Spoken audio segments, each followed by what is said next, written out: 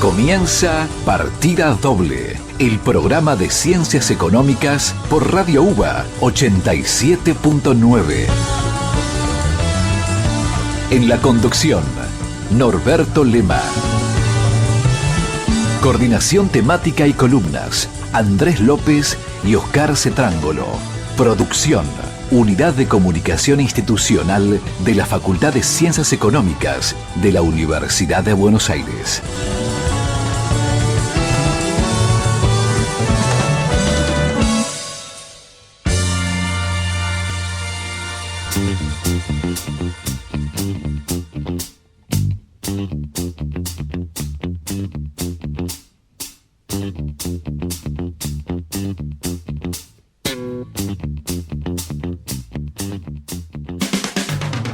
Bueno, buenas noches. Yo soy Oscar Cetrángolo. Lo que escucharon como introducción es falso porque ni Andrés López ni Norberto Lema nos acompañan hoy. Vamos a disfrutar de su ausencia, pero por suerte tengo dos amigos que me acompañan en este programa.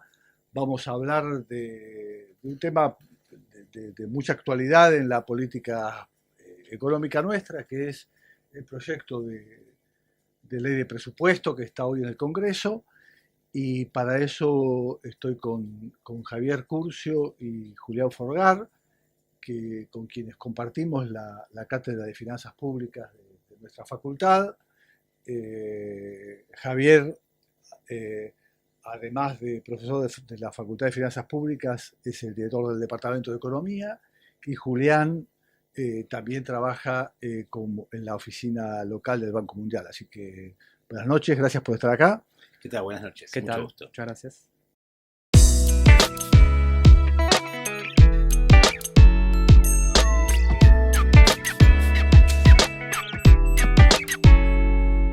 Bueno, tratando de caminar por esta tierra de confusiones, estuvimos estudiando lo que mandó el Poder Ejecutivo al Congreso como proyecto de ley de presupuesto. De hecho, estuvimos en nuestra área fiscal del Instituto de Economía Política de la Facultad, elaborando un informe que estuvimos difundiéndolo desde ayer, y hoy vamos a hablar un poco de eso.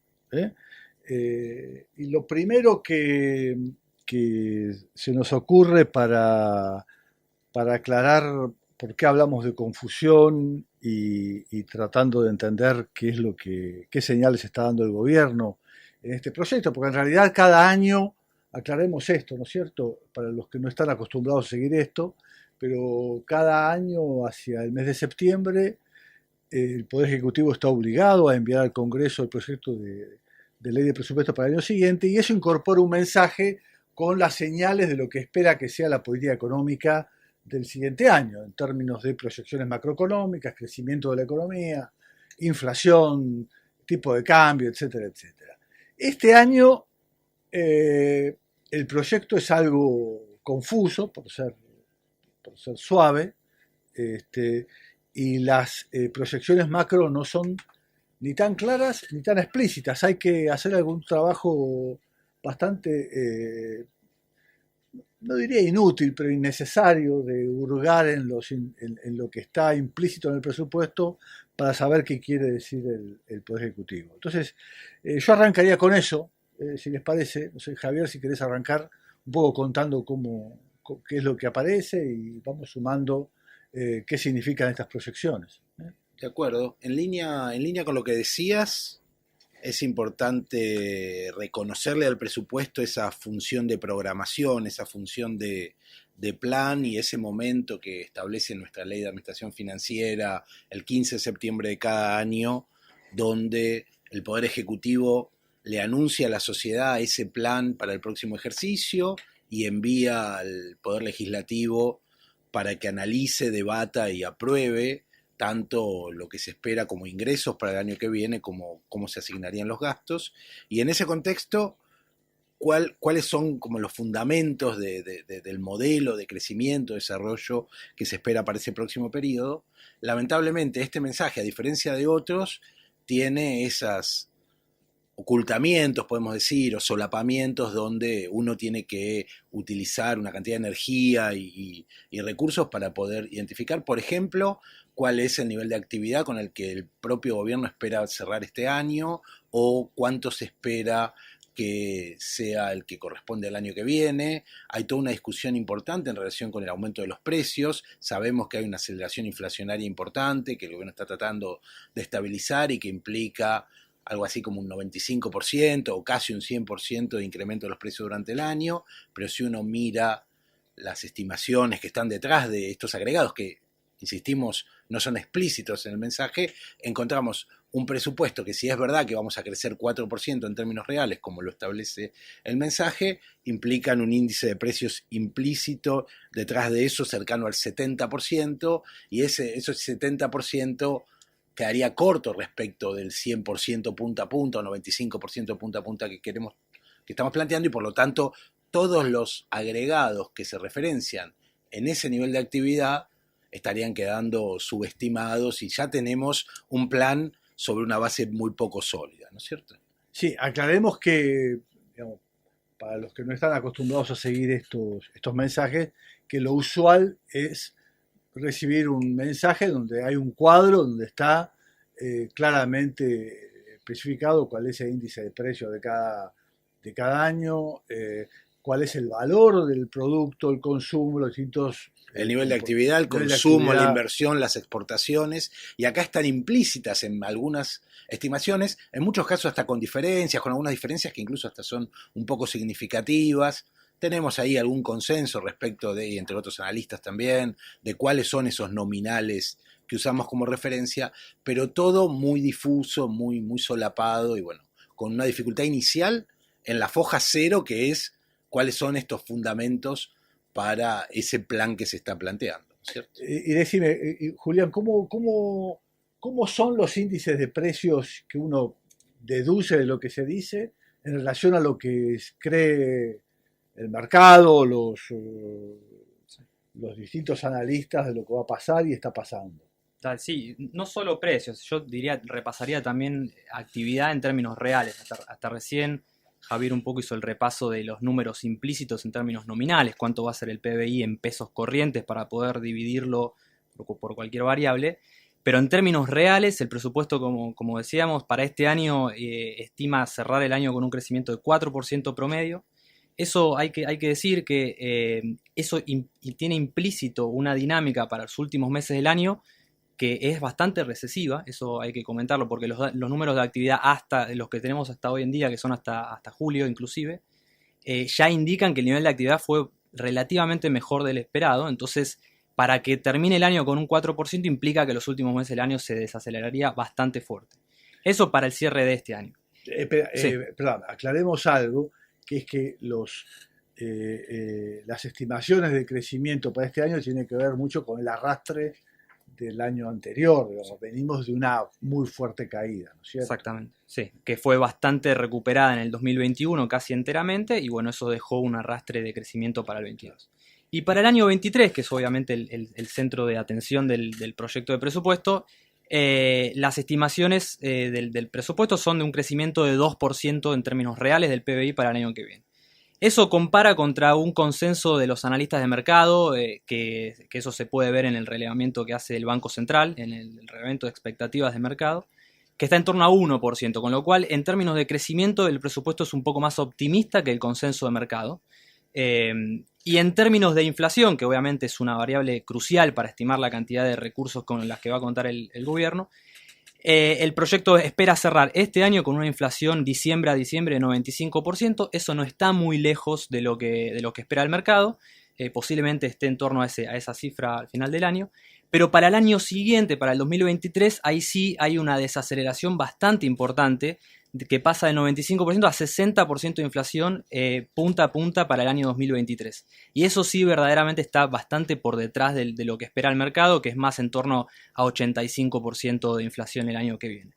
Eso, recordemos, eso es crucial para estimar la cantidad de recursos con la que va a contar el gobierno el año que viene. Y en general, los presupuestos, por distintos motivos, terminan de alguna manera subestimando los recursos con los que se va a contar el año que viene, y eso da cierto margen a manejo algo menos, digamos, un poco más discrecional de lo que uno quisiera durante el ejercicio. En promedio, más o menos, los últimos 15, 20 años, cerca del 30% del presupuesto se manejó de manera, digamos así, discrecional, es decir, no pasa por la discusión parlamentaria del Congreso, sino que se maneja por distintas herramientas legales que tiene el Poder Ejecutivo durante el ejercicio. Aclaremos un poco eso, digamos.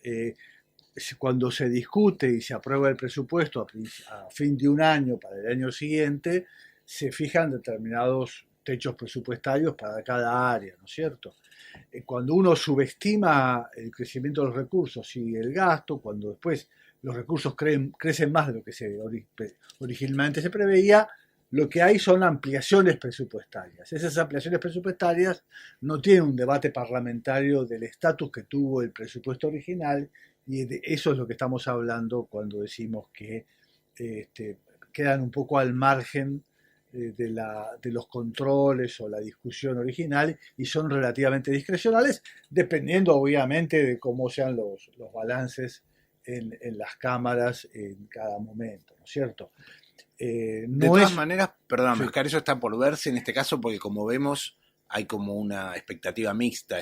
El gobierno está suponiendo un crecimiento mayor al que cree el consenso de analistas y al mismo tiempo una inflación más baja. Entonces ahí hay un juego que hay que ver cómo se termina dirimiendo, y todo esto suponiendo que mantenemos la estabilidad este año, que logramos, la estabilidad, esta meseta en un nivel de inflación alto, y logramos sostener, digamos, este equilibrio muy frágil en lo que queda del ejercicio, y también el comienzo del año que viene, que a todas luces va a ser bastante conflictivo en términos de las grandes demandas que están vigentes, el año eleccionario que se avecina, y bueno, y toda la dinámica que está detrás de múltiples demandas por resolver, ¿no? Ahí hay un tema que parece interesante. Cuando uno mira no lo que está dicho, sino lo que uno tiene que deducir, que está implícito en lo que se dice, como decía recién, la inflación promedio del año 23 al 22 implícita es creo que cerca del 80%, ¿no es cierto? 76,5. 76,5. La inflación que sí está explícitamente dicha no es promedio contra promedio, sino que es enero-diciembre, que es de 60%.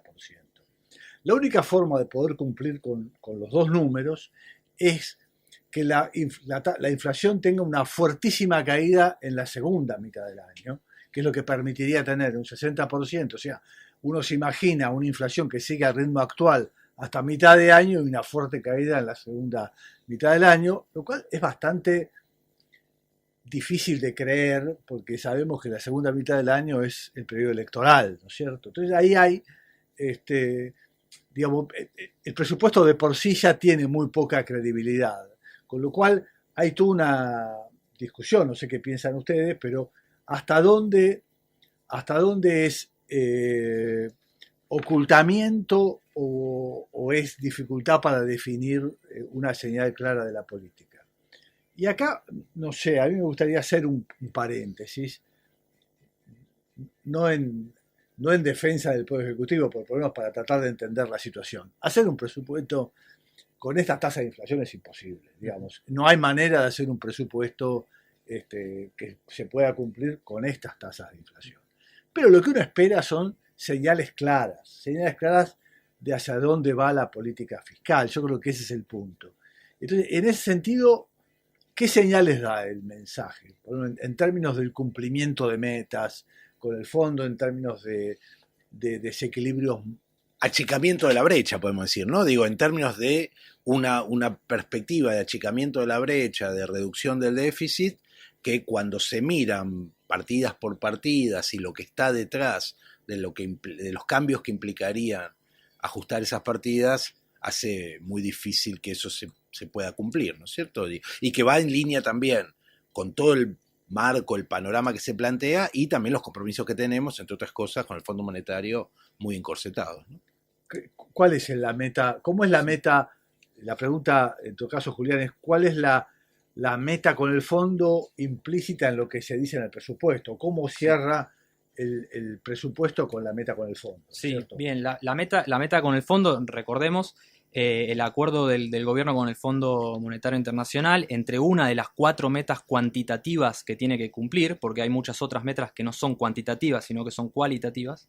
Una de esas 4 es el déficit primario que tiene el gobierno nacional. Esto es ingresos menos gastos sin considerar los gastos por intereses de la deuda. Ese es el resultado primario. Ese resultado primario en base caja debería cerrar este año en el equivalente a 2,5% del PBI. Y para el año que viene el acuerdo indica que debería cerrar en 1,9% del PBI, el déficit primario. Ahora, cuando uno va al presupuesto, al mensaje de presupuesto, al menos mi experiencia, mi corta experiencia, pero hace más o menos 10 años que miro los presupuestos, y lo primero que hago es ir a la última hoja del presupuesto donde está la tabla y la última línea dice déficit primario y está el numerito. Uno siempre va ahí para chequear que las cosas estén más o menos consistentes. Y lo que vemos en esta oportunidad es que el número para este año y para el año que viene difieren de esos números que acabo de decir antes respecto de la meta con el fondo.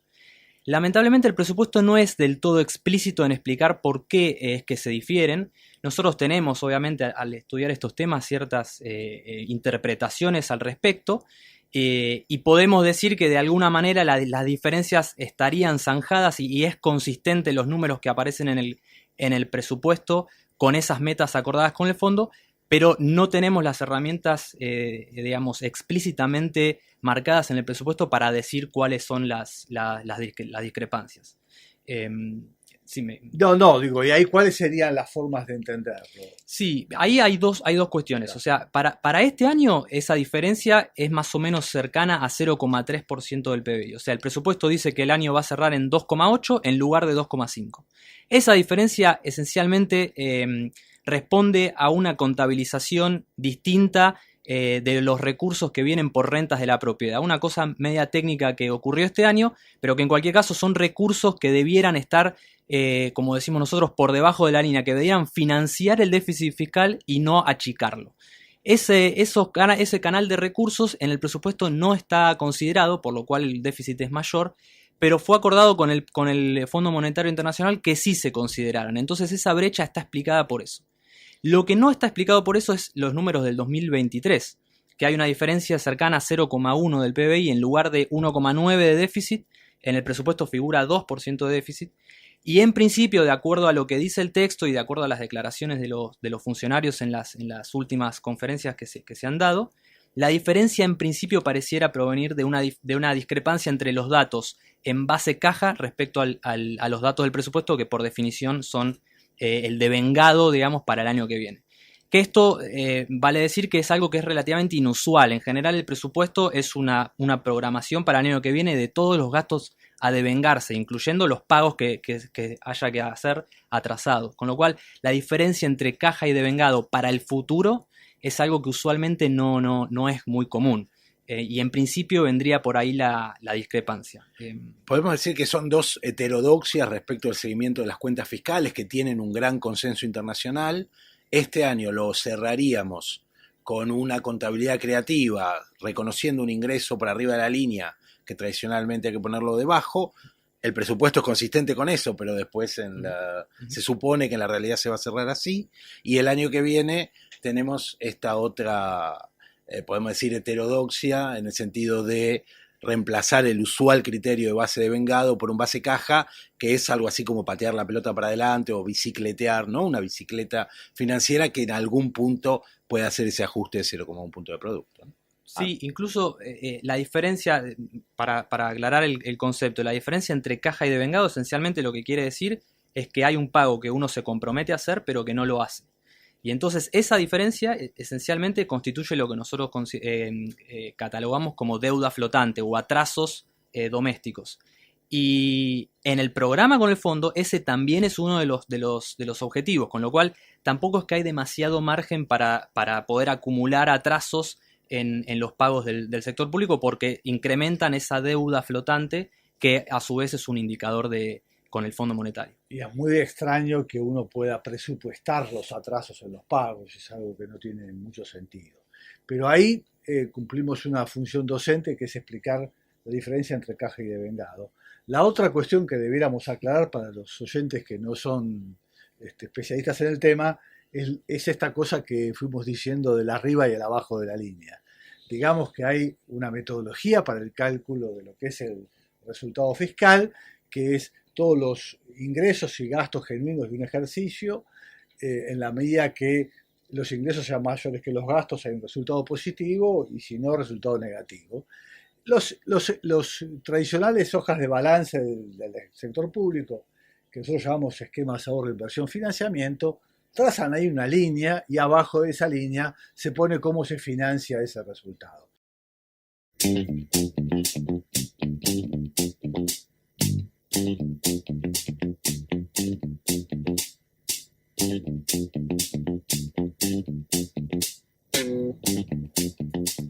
Bueno, aquí seguimos con Javier Curcio y Julián Folgar, analizando qué es lo que uno puede entender y seguir en el presupuesto que se debate hoy en el Congreso. Un tema que resulta interesante, o por lo menos aclarar para los que siguen estos temas y también para los que no, es que a veces uno piensa que el presupuesto es todo lo que es el gasto total del sector público, y en realidad es el gasto de la Administración Nacional. Ahí en el informe que nosotros antes les comentábamos, hicimos una estimación. Lamentablemente, como en otras cosas que venimos comentando, en este mensaje no es tan fácil hacer esta cuenta, pero cuéntenos un poco a partir de cuánto es el gasto que se presupuesta y cuánto uno supone que es eso del total del gasto público y por qué esa diferencia. Bien, ahí hay un tema que es interesante para encuadrar la discusión. Como vos decís, lo que se discute es el presupuesto de lo que se denomina la Administración Nacional, que a su vez es un subconjunto de lo que es el gobierno nacional como uno lo entiende. Ese gasto que se presupuesta más o menos es el equivalente a 19% del PBI, para tener una noción de las magnitudes. Ahora, si además de eso incorporamos el gasto que hacen distintos fondos fiduciarios, otras empresas públicas, distintos entes y reparticiones del gobierno nacional, y además incorporamos todo el universo subnacional, esto es, todas las provincias, todos los municipios y distintos gobiernos subprovinciales que hay en Argentina, y de alguna manera llegamos al total del gasto del sector público en Argentina, lo que denominamos usualmente el tamaño del Estado en una economía. Estamos hablando de un estimado, como decía Oscar, es difícil sacar un número preciso de los números del presupuesto, pero más o menos la estimación nos da que sería aproximadamente 38% del PBI. Esto quiere decir, el presupuesto que se está discutiendo más o menos es 19% del PBI, mientras que el gasto total en Argentina, el gasto público total en Argentina, representa el 38% del PBI. Entonces estamos hablando de cerca de la mitad. Bien, lo que hay en el medio esencialmente son un montón de otros organismos públicos que tienen a su vez sus propias discusiones presupuestarias. Hay 24 discusiones presupuestarias en cada una de las provincias, hay otras 2000 y pico de discusiones presupuestarias a nivel de legislaturas municipales, de consejos deliberantes municipales, perdón. Y bueno, eso hace la complejidad de lo que es el sector público argentino en su totalidad. Sí, aclaremos nuevamente que dentro de la otra mitad, que son provincias y municipios, están las escuelas, los hospitales, gasto en seguridad, etc. Este es un país sumamente federal, entonces mirar solamente el sector público nacional es relativo. Lo que pasa es que como la definición del déficit fiscal es básicamente en cabeza de la nación, históricamente es así, no ahora, sino siempre es así, entonces, bueno, la discusión sobre el impacto macro, el acuerdo con el fondo, etcétera, tiene que ver con las cuentas de la nación y está concentrado en esa mitad, ¿no es cierto? Y el gobierno de la economía en general se coordina a nivel del gobierno nacional, ¿no? La autoridad monetaria, digo, las pautas de financiamiento, endeudamiento, relación con el resto del mundo, forman parte de esa planificación nacional y por lo tanto en algún sentido arrastra y condiciona buena parte de los otros debates presupuestarios que tienen toda su institucionalidad, que son muy importantes, pero que de alguna manera están subsumidos o en algún punto relacionados con esta planificación general. Sí, y para dar una nota positiva, digamos que este mensaje incorpora una información muy interesante sobre la gran variedad de fondos fiduciarios, empresas, etcétera, que hace un tiempo no se contaba. Si bien no hay referencias claras a la política fiscal asociada a cada uno de ellos, por lo menos la información está los esquemas contables de cada uno de estos fondos y empresas, y creo que es una información muy, muy valiosa para seguir las cuentas públicas. En ese tono, Oscar, digamos, la densidad y la cantidad de información que te proporciona el presupuesto para estos 1 de cada 2 pesos que después va a terminar gastando el gobierno argentino en su conjunto, o sea, este 19 puntos del producto, que es más o menos la mitad del total del sector público argentino, tiene una forma de clasificación, en múltiples formas de clasificación, que ilustran mucho respecto de cómo se piensa invertir los recursos desde el punto de vista funcional, desde las jurisdicciones, desde cómo se van a componer las fuentes de financiamiento. Hay una ingeniería, hay un instrumental muy interesante, donde una densidad muy importante de múltiples organismos coordinados detrás de ese instrumento de gestión nos permite hacer este análisis y después nos va a permitir ir monitoreando y evaluando cómo se establecen. Y un punto adicional en el sentido favorable de los avances de la técnica presupuestaria, podemos hacerlo en términos de lo que se llaman los presupuestos transversales, que el gobierno argentino, en la cabeza en la región, junto con otros países, México, Chile, en algún punto Ecuador, avanzando en la coordinación de lo que se llaman los presupuestos transversales, está incorporando nuevas formas de etiquetado, clasificaciones y reconocimiento de cómo se invierten los recursos desde una perspectiva etaria, identificando las políticas que se orientan hacia la niñez, desde una perspectiva de la búsqueda de la equidad de género, viendo cómo las políticas públicas desde su esfuerzo fiscal y presupuestario tratan de revertir la inequidad histórica y favorecer la equidad a favor de las mujeres. Y en términos de las políticas de discapacidad también hay un apartado transversal. Todos estos son apartados específicos que tiene el mensaje y que pueden verlo. Esto está todo difundido con un nivel de transparencia muy alto. Eso también es otro punto a reconocerle. Eso está colgado a la vista de todos en internet para las personas con discapacidad. Y finalmente una preocupación, un cuarto análisis transversal orientado a los problemas vinculados con el medio ambiente y la mitigación del cambio climático. Muy bien, y en relación a las políticas específicas, digamos, si uno mira en el presupuesto, ¿qué tipo de definiciones hay de políticas, ¿no es cierto? Por ejemplo, en términos de subsidios, que es un tema, digamos, cuando uno, en los últimos tiempos, cuando uno discute temas fiscales, aparecen, digamos, 3 temas como preponderantes: política tributaria, gasto previsional y gasto en subsidios, ¿no es cierto? ¿Qué se puede decir de cada uno de estos? Bueno, primero para encuadrar la discusión y ya enfocándonos en los números para el año que viene, lo que hay que decir es que, obviamente, como decíamos antes, se asume una reducción del déficit, con lo cual hay una consolidación fiscal, un ajuste fiscal para el año que viene. ¿Cómo está compuesto a grandes rasgos? Lo que podemos decir es que se espera una reducción del gasto público, del gasto primario, cercana a 1% del PBI, pero también cae los ingresos en torno a 0,5% del PBI. Entonces caen más los gastos que los ingresos. Eso para arrancarla a conversar. El segundo punto respecto a lo que preguntabas recién, Oscar, es en términos de cómo está compuesta esa reducción del gasto, ese ajuste en el gasto. Y bueno, ahí lo que sobresale es que el grueso de eso, por amplia mayoría, viene dado por lo que son las transferencias que usualmente denominamos los subsidios económicos a la energía.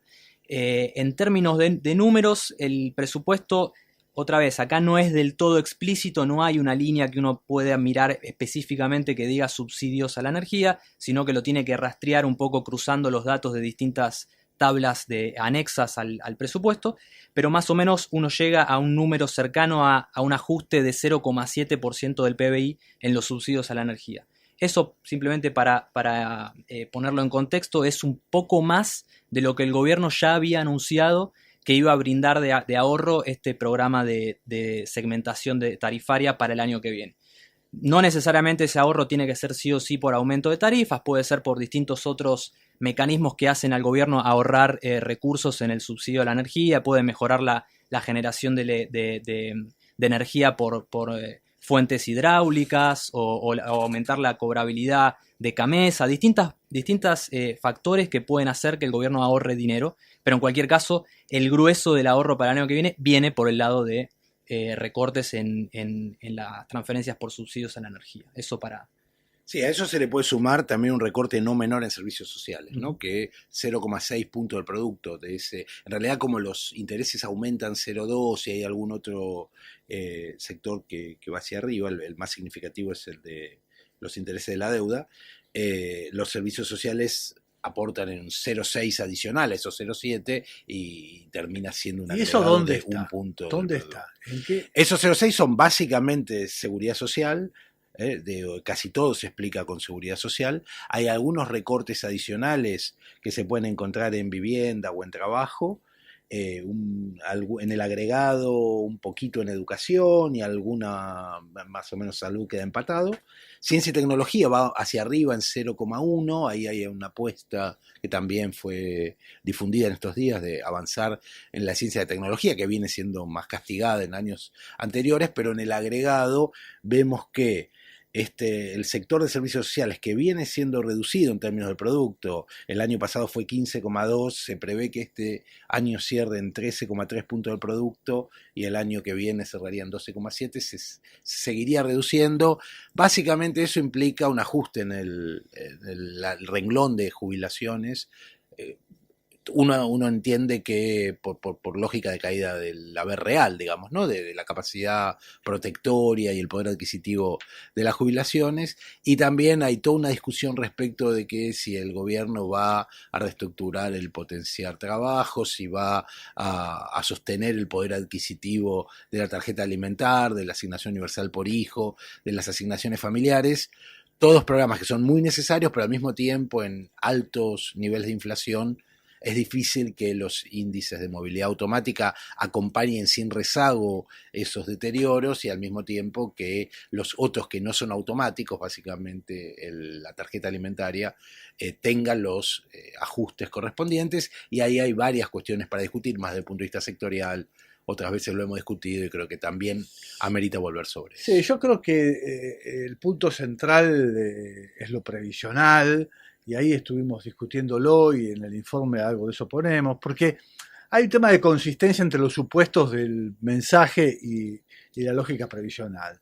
Se dice siempre que, o se viene diciendo con la cláusula de movilidad previsional existente, que el rezago en los índices, cuando aumenta la inflación, eso va generando una caída en los saberes porque el ajuste siempre tiene índices rezagados. Ahora, en este caso, como decíamos antes, donde uno tiene un índice de inflación promedio 76 y punta a punta 60, uno lo que está suponiendo es que la inflación va a caer en el segundo semestre. Si cae la inflación, va a aumentar el gasto previsional, pero claro, ese aumento va a ser con meses de rezago, con lo cual no digo que vaya a suceder eso ni nada que se le parezca, pero si uno fuera consistente con los supuestos, uno lo que estaría previendo es un fuerte aumento de gasto previsional en el 2024 en el próximo gobierno.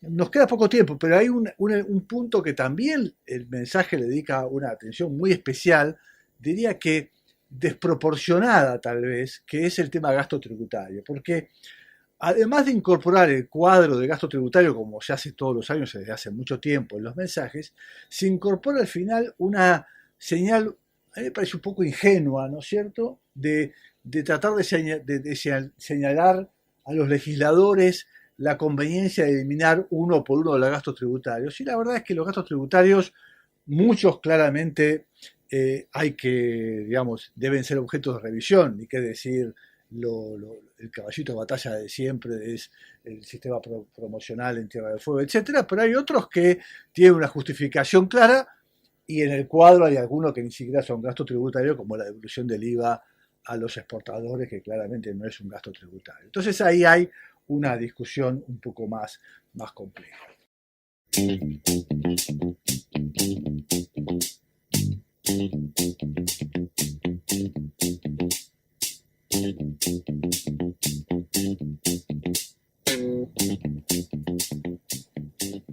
Bueno, vamos terminando y cerrando este programa. Y antes de despedirnos, dos anuncios. Lo primero, un poco continuando con este tema, nosotros vamos a estar discutiendo la situación del presupuesto y cómo va avanzando en las próximas semanas en un seminario que vamos a hacer el 19 de octubre, creo que es miércoles, ¿no? A la mañana en la facultad, digamos, los que nos sigan a nuestra área de fiscal y políticas públicas del Instituto Interdisciplinario de Economía Política, ahí ese día a la mañana lo vamos a seguir discutiendo y actualizar un poco esta información.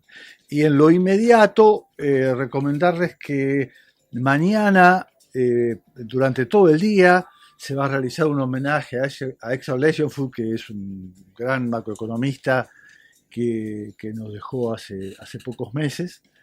Va a haber un homenaje en nuestra facultad discutiendo los distintos trabajos y visiones sobre el trabajo de Legenfood, que es un economista que básicamente a través de su vinculación muy cercana con Daniel Heyman nos ha visitado varias veces a la Argentina. Él fue claramente además el director de tesis de Daniel y ha tenido una relación muy estrecha con muchos macroeconomistas argentinos, y ahí en este seminario va a haber una participación abundante de economistas nuestros. Va a estar Daniel Heyman, Nicolás Garrido, Martín Guzmán, José María Fanelli, Roberto Frenkel, Fernando Navajas, Pablo Sanguinetti, Sebastián Cas, José Luis Machinea, Willy Rosenburser, Luis Blaun, Pablo Mira. Bueno, una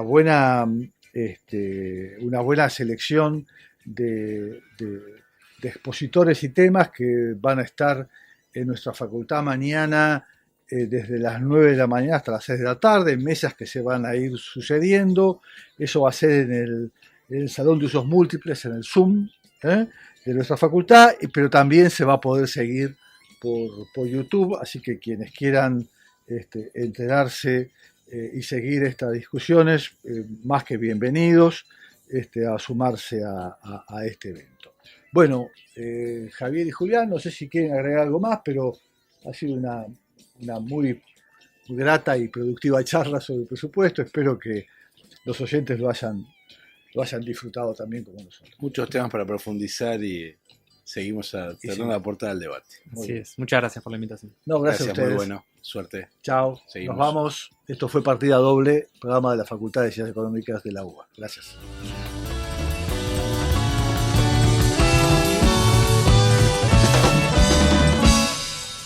Partida Doble, el programa de la Facultad de Ciencias Económicas por Radio UBA.